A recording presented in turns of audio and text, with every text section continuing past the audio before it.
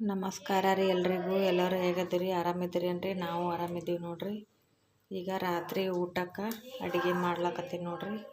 ಇದು ಪಾಲಕ್ ಸೊಪ್ಪು, ಇದು ಮೆಂತ್ಯ ಸೊಪ್ಪು, ಎರಡು ಪಲ್ಯ ಮಾಡ್ತಾಯಿದ್ದೀನಿ. ಈಗ ಇದು ಮಿಕ್ಸಿ ಮಾಡ್ಕೋಬೇಕು. ಮೆಣಸಿನ್ಕಾಯಿ, ಉಪ್ಪು, ಬೆಳ್ಳುಳ್ಳಿ.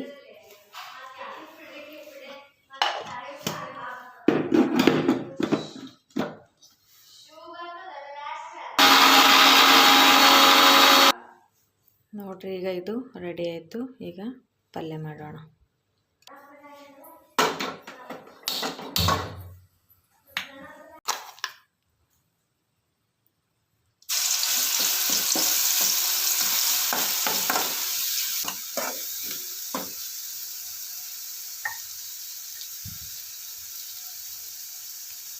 ಇದರಲ್ಲಿ ಬೇಳೆನೂ ಹಾಕಿ ಮಾಡ್ಬೋದು. ನಾನು ಹಾಗೆ ಮಾಡ್ತಾಯಿದ್ದೀನಿ.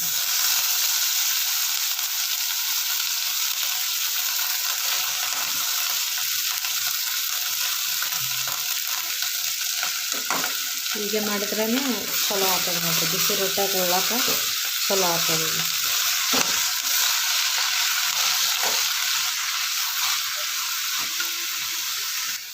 ನೋಡಿರಿ, ಹಾಕುವಾಗ ಪಲ್ಯ ಎಷ್ಟಿತ್ತು, ಈಗ ಎಷ್ಟಾಗಿದೆ. ಇದು ಎಣ್ಣೆಲಿ ಹಾಕಿದ್ಮೇಲೆ ಕರಗುತ್ತೆ ರೀ ಪಲ್ಯ. ಇದು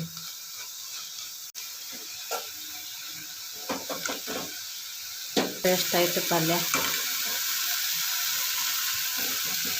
ಇದು ಆಗ್ಯಾದ್ರಿ. ಇದು ಪಾಲಕ್ ಸೊಪ್ಪು ಮಾಡ್ತೀನಿ ರೀ.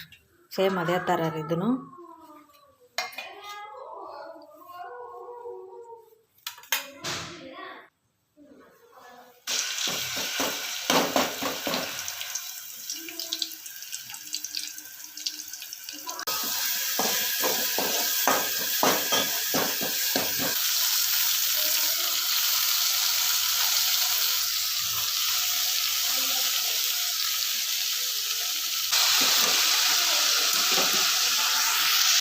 ನೋಡ್ರಿ ಎಷ್ಟಾಯ್ತು. ಇದು ಇನ್ನ ಕರಗತ್ರಿ. ದಿನ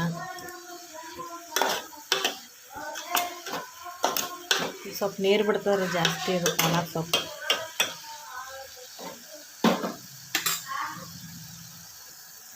ನೋಡ್ರಿ, ನೀರು ಎಷ್ಟು ಬಿಟ್ಟಾಗ ನೋಡ್ರಿ. ಇದು ಜಾಸ್ತಿ ನೀರು ಬಿಡ್ತದ್ರಿ. ಇದು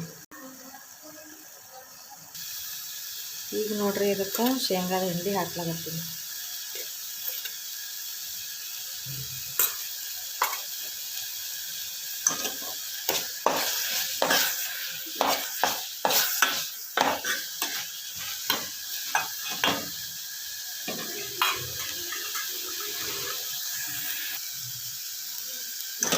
ಈಗ ಇದು ಪಲ್ಯ ರೆಡಿ ಆಯ್ತು.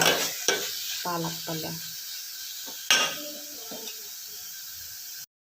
ಈಗ ನೋಡ್ರಿ, ನಾನು ರೊಟ್ಟಿ ಮಾಡ್ಲಾಕತ್ತೀನಿ ನೋಡ್ರಿ.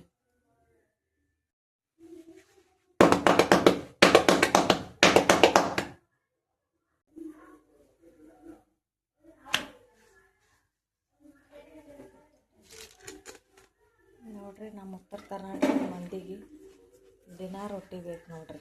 ಒಂದಿನ ರೊಟ್ಟಿ ಇಲ್ಲ ಅಂದ್ರೆ ಊಟನೇ ಪೂರ್ತಿ ಆಗಲ್ಲ ನೋಡ್ರಿ.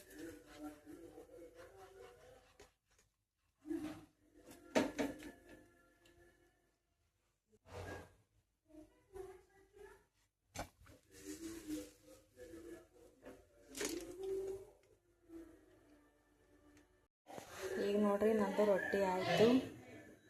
ಲಾಸ್ಟಲ್ಲಿ ನನ್ನ ಮಗನಿಗೆ ಒಂದು ಚಿಕ್ಕ ರೊಟ್ಟಿ ಮಾಡಿ ನೋಡ್ರಿ, ಸಣ್ಣದು. ಈ ಥರ ಸಣ್ಣದು ಮಾಡ್ರೆ ಉಣ್ತಾನೆ.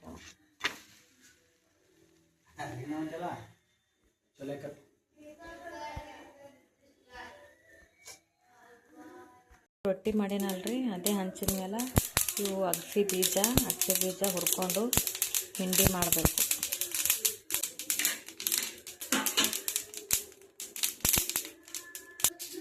ಈಗ ನಮ್ಮ ಅಡುಗೆನೂ ರೆಡಿ ಆಯಿತು. ಇದು ನೋಡ್ರಿ, ನನ್ನ ಮಗನ ಸಣ್ಣ ರೊಟ್ಟಿ. ಇದು ಪಾಲಕ್ ಪಲ್ಯ, ಇದು ಮೆಂತ್ಯ ಪಲ್ಯ, ಮತ್ತು ನಮ್ಮ ಯಜಮಾನರು ನುಗ್ಗೆ ಸೊಪ್ಪು ತಂದಿದ್ದಾರೆ. ಇದು ನಾಳೆಗೆ ಮಾಡ್ತೇನೆ. ಟೊಮೆಟೊ. ಇಷ್ಟಾಗಿತ್ತು ನೋಡ್ರಿ ಇವತ್ತಿನ ವ್ಲಾಗ್. ಈ ವ್ಲಾಗ್ನ ಇಲ್ಲಿಗೆ ಎಂಡ್ ಮಾಡಕತ್ತೀನಿ. ನಮಸ್ಕಾರ ರೀ.